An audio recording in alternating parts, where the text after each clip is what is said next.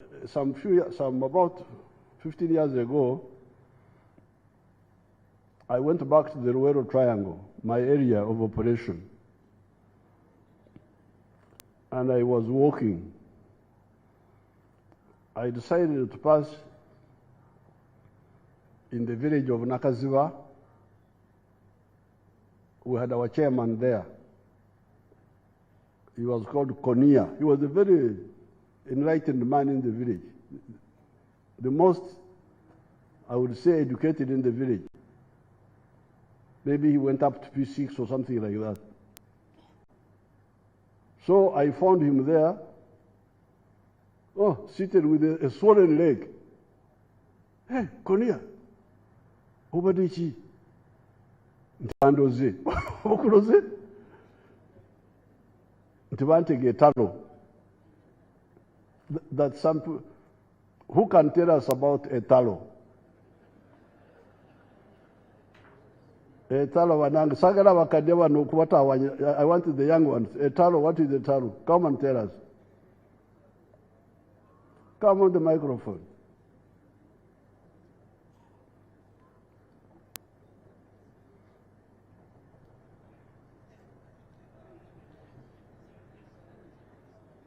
Your Excellency, I'm Mike Katongole, a master's student of bioinformatics. Katongole, student of? Makerere, I'm doing masters in bioinformatics. Masters in what? Bioinformatics. Bioinformatics. Informatics? Yes. Okay. My auntie died of Etalo, I was told. Your father died? My auntie. Your auntie? In 1999. 1999, yes. Yes. Uh-huh. So in my second year, in microbiology class in MUST, I found out that Etalo was an infection of a bacteria called Clostridium perfringens. Mm. It resides in the soils, in the villages, below areas where oxygen can reach. Mm. So our traditional farmers, when they are farming without gumboots, they dig soil onto their feet, which has previously cut with wounds. Mm. So this bacteria enters their legs, and it leads to swelling. Unfortunately, Clostridium perfringens toxins, so far on the market, they have not yet got antibacterials for them because they are rare infections in Europe, so no one is willing to invest in that research. We call them orphan diseases. So you can't find Etalo in Kampala. But it can be killed by antibiotics. Previous antibiotics can kill them, but unfortunately, previously, people reach hospitals when it is too late, when they have got systemic infection. Oh. So they will die, and they say when you have Etalo and you are injected with a penicillin, you die. So they would prefer local herbs. Okay. Thank you. Thank you. Thank you very much, Excellency. Now, Katongole is a bio something. Informatician. Let's get a doctor to help us, because I was told, because when I was walking and they told me the Konia told me that Bambuloze Etalo, I had my doctor who were working with me. I said, what's this? They told me that this is a simple bacterial infection, that they call it cellulitis. That the disease is called cellulitis. So which doctor can tell us now? A young doctor, don't disturb people like Okuda, old men. Katumbuleko, abakade.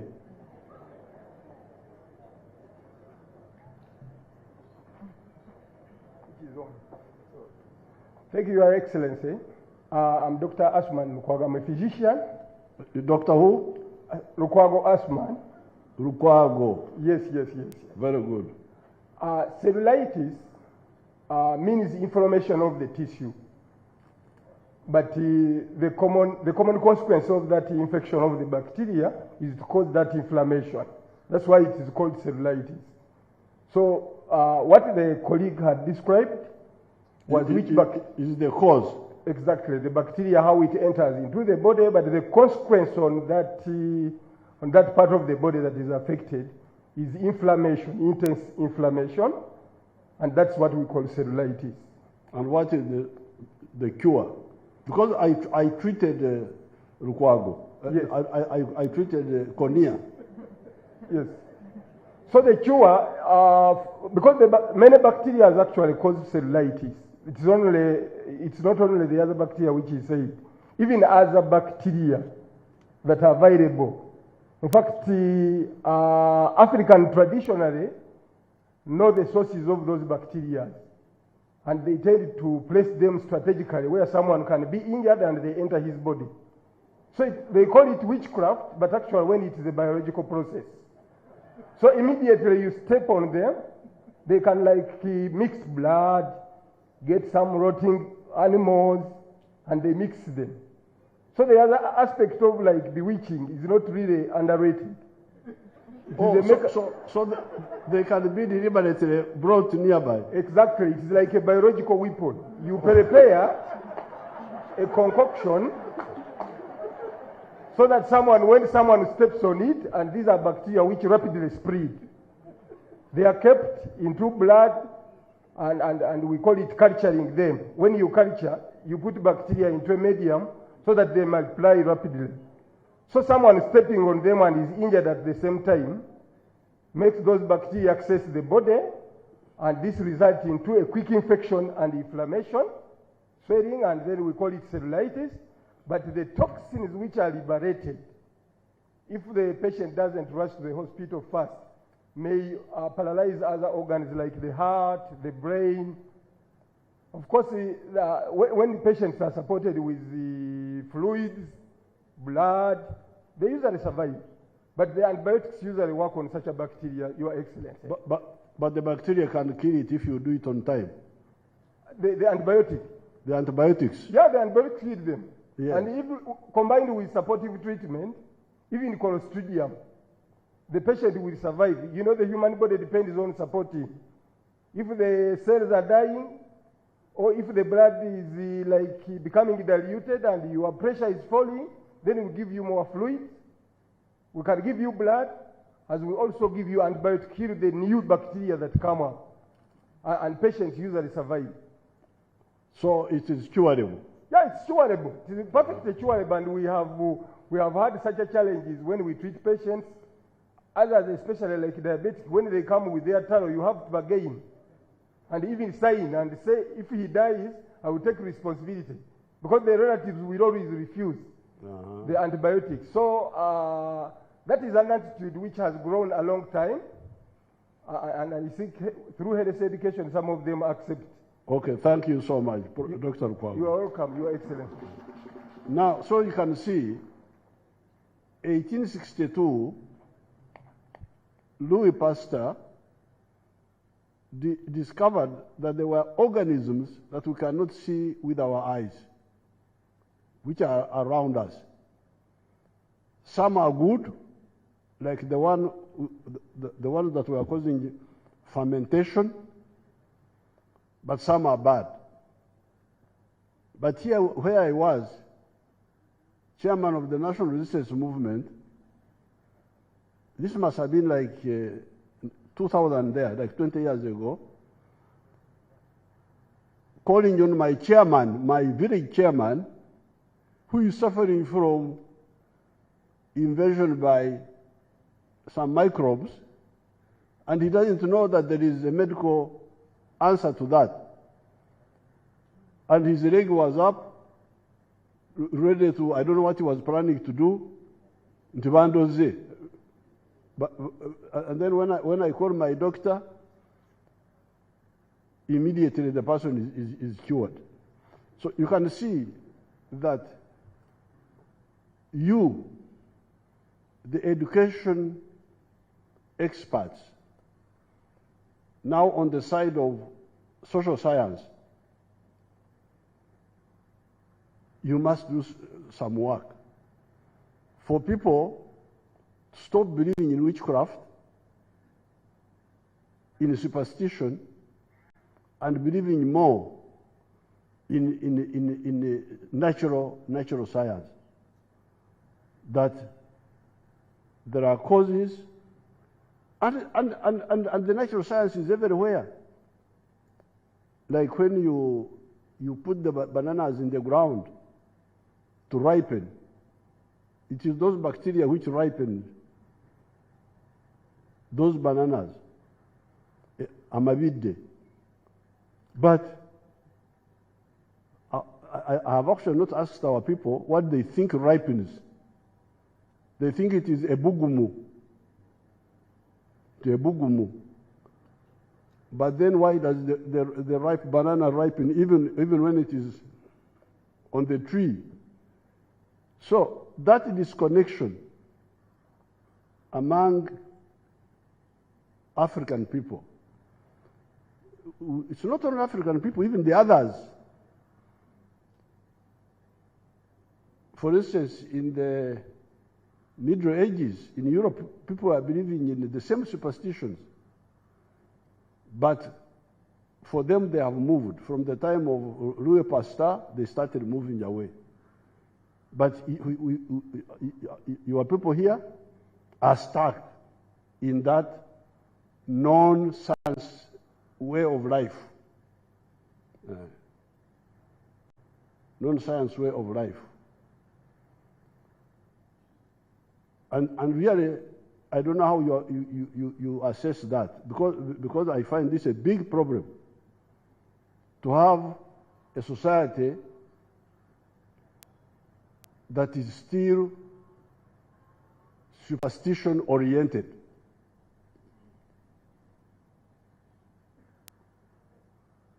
How, on the side of social science, how are you going to handle that? Because this is part of, I think in other places they called it enlightenment. How can you build an enlightened society? Society that believes in science, in God, because also there's another danger. There are others who said with science there's no God. No. Because here I'm talking about you understanding the natural laws. But who created those natural laws? This is where I did not agree with some people in the universities. They were saying, oh, with science, there's no God. Gravity, you talk of gravity, but who created it? Who created all these, the earth, that the earth is the one pulling me down, but who created the earth? But that's another issue. That one we can, our battle between the atheists and the scientists and the ones who believe in God, that one we can handle. But the first problem we have is having a society which is disconnected with natural science and is stuck in superstition. You don't have, you can think about, I don't know whether you have ever thought about it. If you have not, you think about it. Because it's all right to have,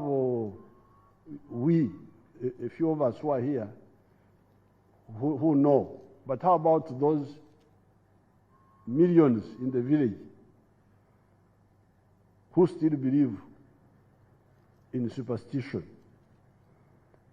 And because of that, they make a lot of, they suffer a lot of losses. So therefore, in my view, the challenge of education in a society like this one are those two.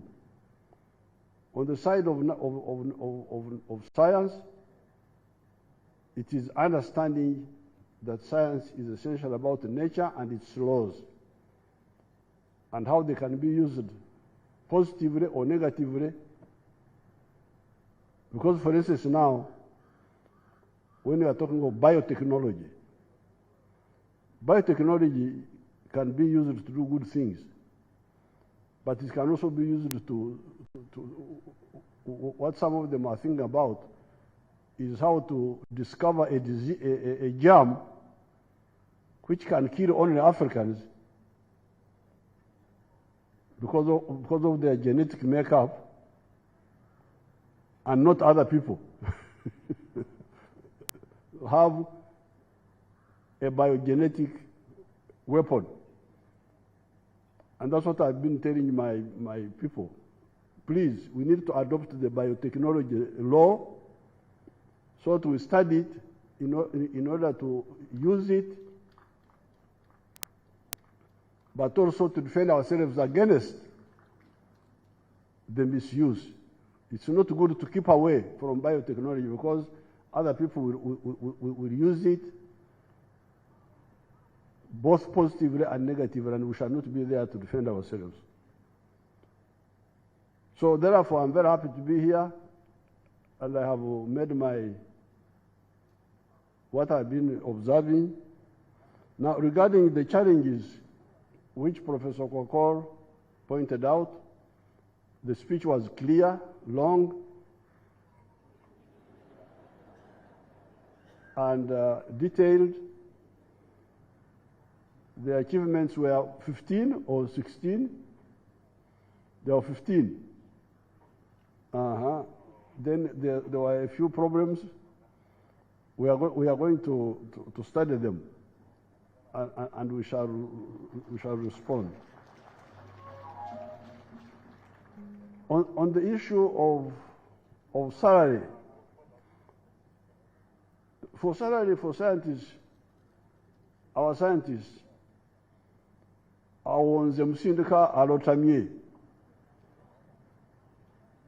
you are pushing somebody who is quoting, because I support that line.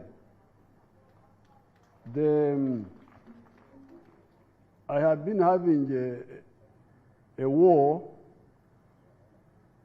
with some of my people, and this war started a little bit in Soroti Flying School. There we have got a government flying academy where pilots are trained, pilots and aircraft engineers. Now, because we still didn't have enough money in the whole government to pay all government workers well, then actually Professor Nsibambi, when he was Minister of Public Service, brought the idea of democratic suffering, that we should all suffer. If the money is not enough, all of us should get small. But the idea of Professor Museveni of democratic suffering was different from our Bayekera experience with the guerrillas. Because in the bush we had no food, very little food, and we would be democratically starving, all of us. But we said, although we are, and you know, when you have not eaten enough, you are always dozing. I think the body is trying to conserve the few calories by sending you to sleep so that you don't squander the little calories you have. Now, when you are hungry, you tend to doze. So we said, if we all doze, the enemy will come and kill all of us. So although we don't have enough food, let's give the soldiers on duty who are guarding the camp more food, so that for them they at least awake. Even if we are asleep, if the enemy comes, they will engage him and then we shall wake up. So we're able to see the one on sentry duty, what they call sentry duty, the ones guarding, should get more food than the rest of us. And this is my logic when I say the scientists should get more pay for now because otherwise we shall all be killed. That was my logic. So therefore, if these are scientists, academicians, now because we need them urgently now. If we don't quote Shakespeare, because me, I am a person of literature, but if I don't quote Shakespeare, people will not die.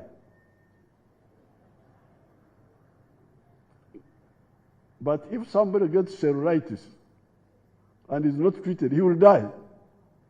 So now, although I'm very clever, I can remember what Shakespeare said and how he said it, and he was looking this way.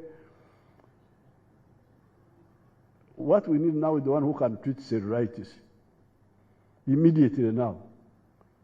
Then in the future we shall see how to handle this clever man of literature when we are able. So that's the logic why we say, please, if the money is small, let's start with these scientists. Because we need them to keep the roads open, civil engineers, the buildings, architects, the medicals, to keep us alive. So therefore, in that line, I would insist that the government science educators. No, but let me first finish the Soroti issue. Because of the other logic of Professor Nsibambi of democratic suffering, Soroti Flying School is under Ministry of Works. So there is the permanent secretary, there is the undersecretary in the ministry, there is the principal assistant secretary. These are all big people there. Then you come to the head of the school, is there. And then you come to the pilot instructors and engineers, aircraft engineers. Now, they were paying them a smaller salary because they had to earn lower than the permanent secretary, to be lower than the principal secretary, to be lower than the undersecretary. But the pilot, the one who was qualified on a commercial jet engine, in the market is earning 25 million shillings. If he has qualified on a jet engine. So this, I bought 6 aircrafts for training. The school was there. The artificial training, the simulator was there. The airport is tarmacked, but all the teachers went away. They went to earn money from the airlines, and they refused to train my pilots. So I told my people, now, what are you doing here now? Why don't you pay these pilot instructors what they are paid in the market so that they keep your school open? Now the school is going to close. What sort of wisdom is this? So eventually they saw my point, and they started paying the pilots higher than the principal secretary. Principal secretary can go and shut another one. But this pilot instructor, we don't have another one. What do we do now?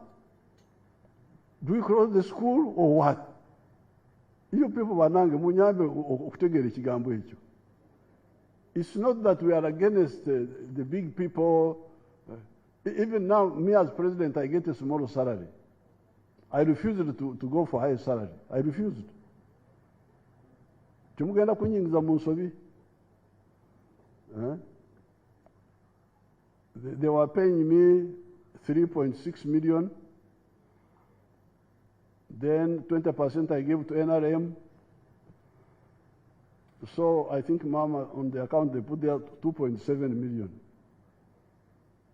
Then my people came and said, but President, in Tanzania and Kenya, I said, please, this is Uganda. Not Kenya, not Tanzania, not UK, not Pakistan, not no. My people are still getting small salaries. There's no way I can get a big salary and then I say you remain with small. Let's pay these scientists well. Authority has nothing to do with pay. Even if I'm getting a lower salary than all of you here, you challenge me and then you will see what authority.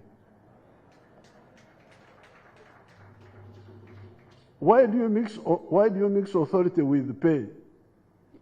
Banyankore normally don't eat before the children have eaten. When they bring food, the old man will not eat. Have the children eaten? That's when he will eat. Even in Baganda, I saw them on Mikoro. Nanyinimu doesn't eat when the guests are eating. He just sits there, supervises. So therefore, Professor Katunguka, on the issue of if they are scientists, they must be paid for the government universities. They must be paid what they will be paid in the private sector, our scientists, in the government universities. I even heard that they don't get, because there's one of my people whom I talked to, and she told me that they don't get retired. There's some issue about retirement, something. What is the story in the universities about retirement? Professor Katunguka, you tell me. Do you have any problem with the retirement packages for our teachers? Is it different for government universities?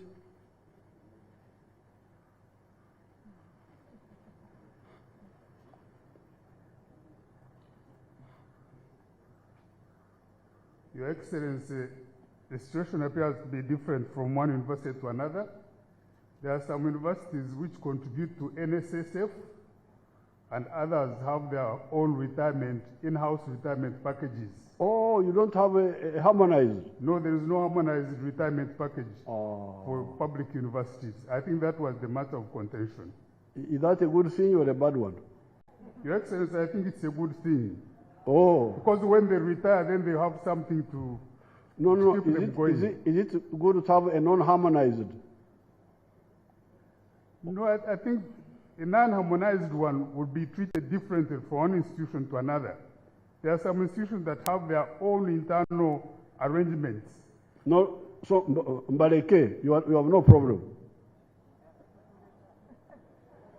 Your Excellency, I think this matter was discussed in the Public Universities Forum, and we are going to discuss it again and see whether we can come up with a plan, whether government can pay retirement packages for all retirees from government institutions, including universities. Because I had one of my people who was really suffering, and when I asked her what was the problem, she said, you know, we in the university, because she was teaching in the university also, we in the universities, when we retire, what, really, we are not the same like the public servants, and I was not happy. So, what will you do? Your Excellency, Chairperson, you are the chairperson, you advise me, because you said you are there to advise me. That's what Okuloga said.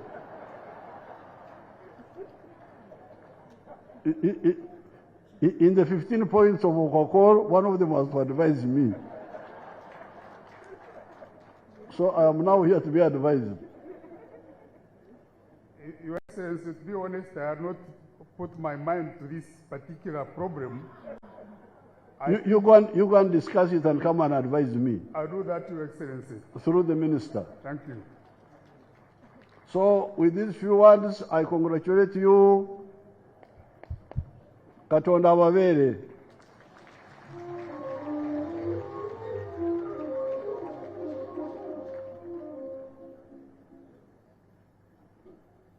Your Excellency, you deserve a standing rare ovation for this standing up for us.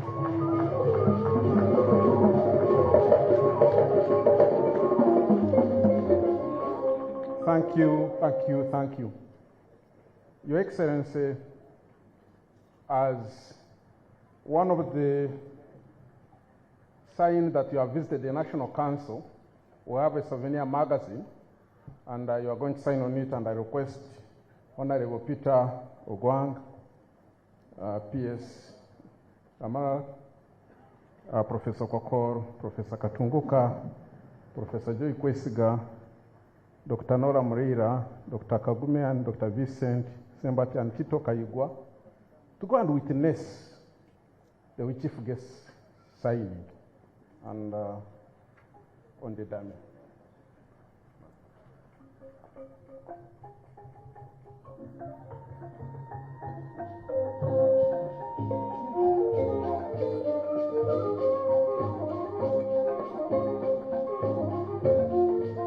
That is our souvenir magazine, and all of you have got copies.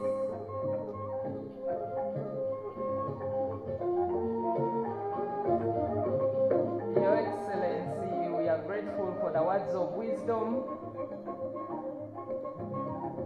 and the guidance that we need to be clear as education.